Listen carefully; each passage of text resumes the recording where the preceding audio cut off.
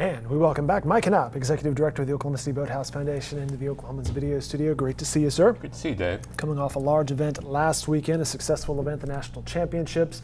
Looking ahead to this week, we're going to critique some movies. Actually, we're going to preview some movies that'll be showing out there at the Boathouse District, and open tryouts for people who want to hop in a boat. Let's start with a national championship recap. Yeah, we hosted the American Canoe Association Sprint National Championship.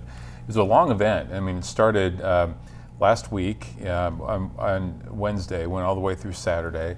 It was and it was just great. It turned out really well. We had great feedback from the competitors, the spectators, and then the race officials. That's good. In fact, the high performance director for the American Canoe Association said it was the best nationals he'd ever been to. So Oklahoma City, I think, good feedback showed really well. It was, I think it will lead to other things down the road. And many of our local athletes did very, very well and won their own national championship in one of many events. We also had some athletes make the national team from Oklahoma City and then qualify for what they call the Olympic Hopes Regatta, which is kind of a pre-Olympic, junior Olympic event in Europe. So really great to see our program grow as well as we host these big events and had people in literally from all over the country in Hawaii, and you know, they had a great time.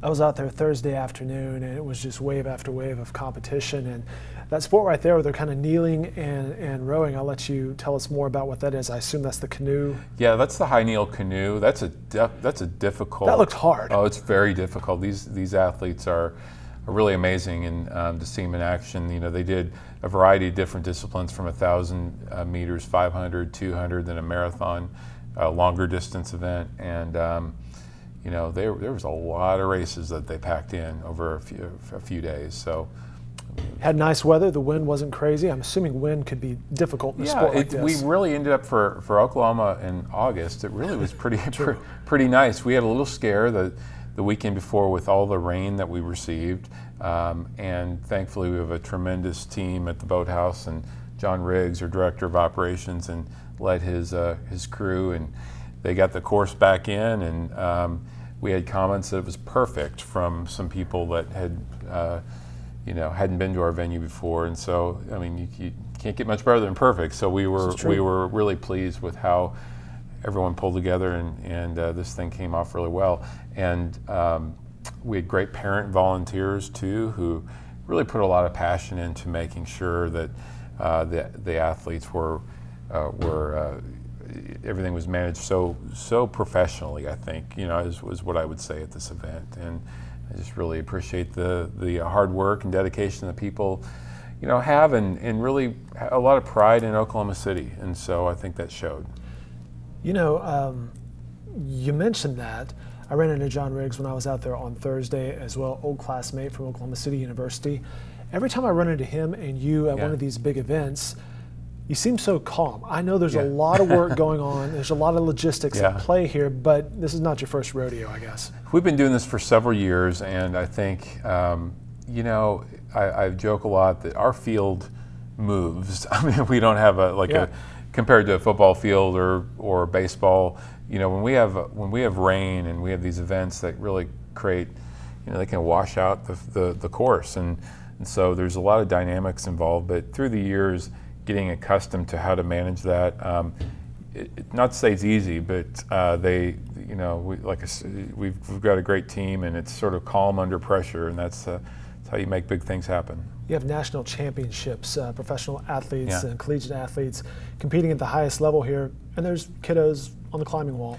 You know, I had comments like that because we happened to have on Saturday, I even took note that, well, all week, in fact, but you know, Saturday is one of our busiest days for people just rafting and playing and the adventures, and then at the same time we had all the hundreds of athletes competing, and so it was really, you know, a diverse set of things and people, you know, going in the venue, and it, but everything went really well, and it really just showcases the capabilities of the Boathouse District and what we do. It's very unique. So.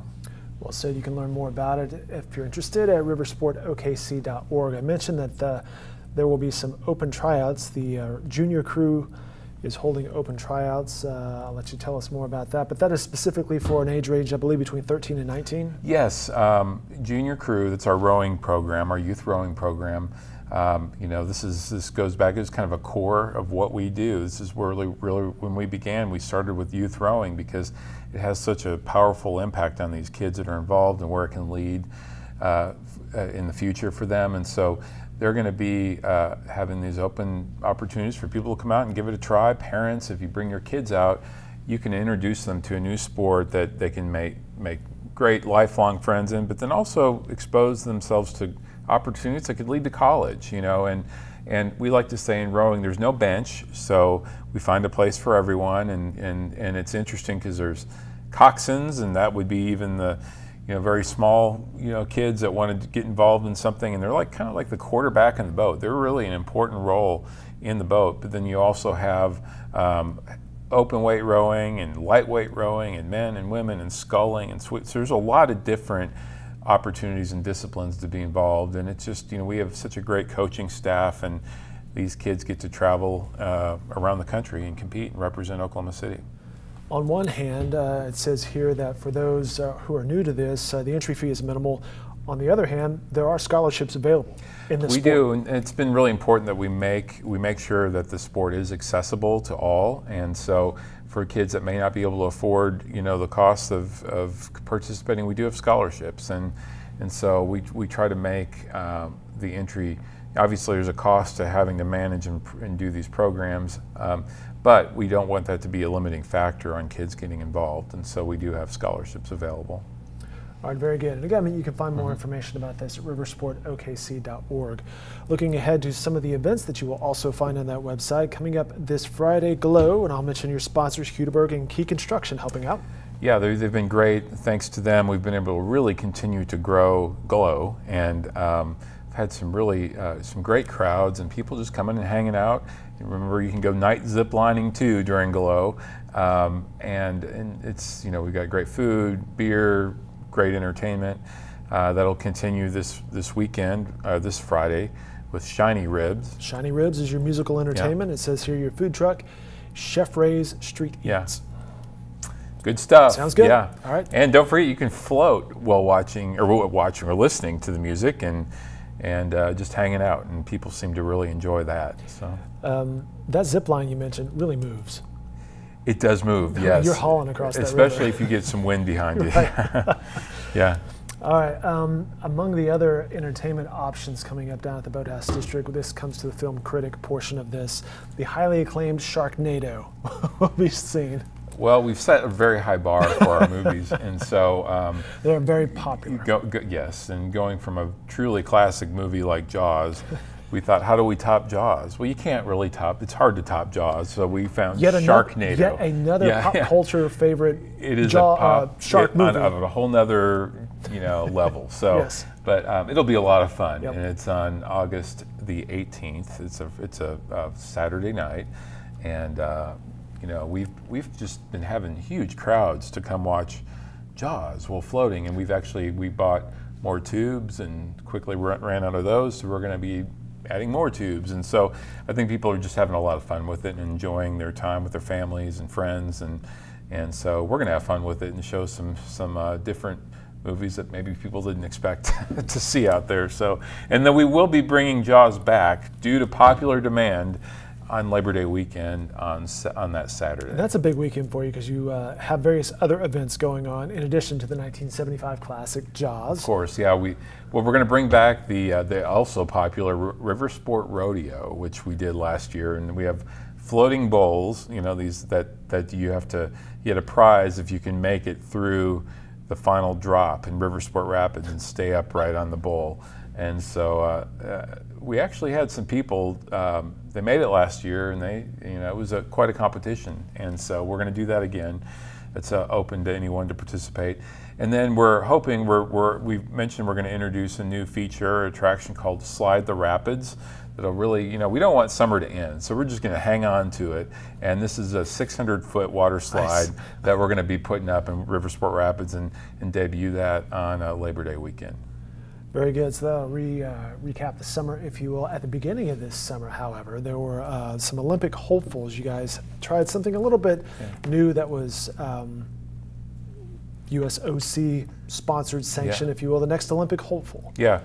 So we were one of the first to do this, and we had athletes of all different types come to the Boathouse District, and they had to do a sprint, they had to do a vertical jump test, they had to do a pull-up test, a bench, a squat, and the top finalist got a trip to Colorado Springs. And the U.S. Olympic Committee mentioned that they were very pleased with some of the athletes that came out of our scouting camp here in Oklahoma City. And then some also performed very well in Colorado Springs. And so we're really happy about that. But in Colorado Springs, they brought in the national governing bodies for the sports that they're searching for athletes for, like rowing and bobsled and boxing and others. And so with rowing, they identified 16 of these athletes that they think could potentially be world-class rowers.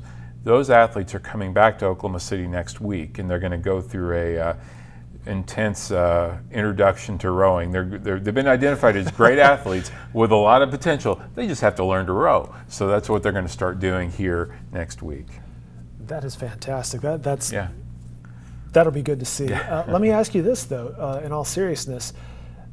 A very athletic person may not translate to rowing or may translate to rowing very well. What are some of the skill sets that a typical rower really needs? Well, there's obviously the physical attributes. If you're, it's not, you can't replace heart and that kind of mental fortitude and focus that's required in rowing.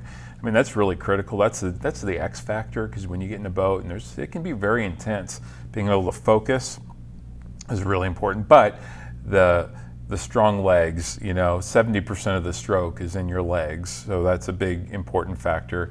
Height is important and not totally necessary, but it is. You'll find a lot of the Olympic class rowers, at least the heavyweight or open weight level, are pretty tall. Yep.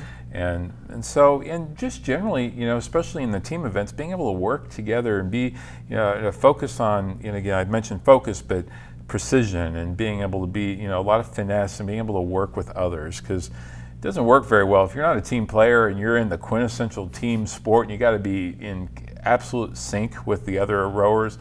That's a pretty important factor. So I did notice that this last week at the national championships, the amount of synchronicity that was going on in those boats. Yeah, in canoe kayak, it's it's a little different than rowing, but in the team boats, very similar in the synchronicity that's required, especially the K4, which is really a beautiful boat to watch, and seeing all those athletes in action. And they, those boats get going pretty fast when everyone is right on with each other. So. It's good stuff. All right, he's Mike Knopp, Executive Director of the Oklahoma City Boathouse Foundation, joins us every week here in the studio, and we do appreciate that. Thank you for your time. Again, this Friday, Glow by Hudeberg and Key Construction, Shiny Ribs, your entertainment, Chef Ray's Street Eats. That is Friday, August 10th down there at the Boathouse District. And more information at riversportokc.org.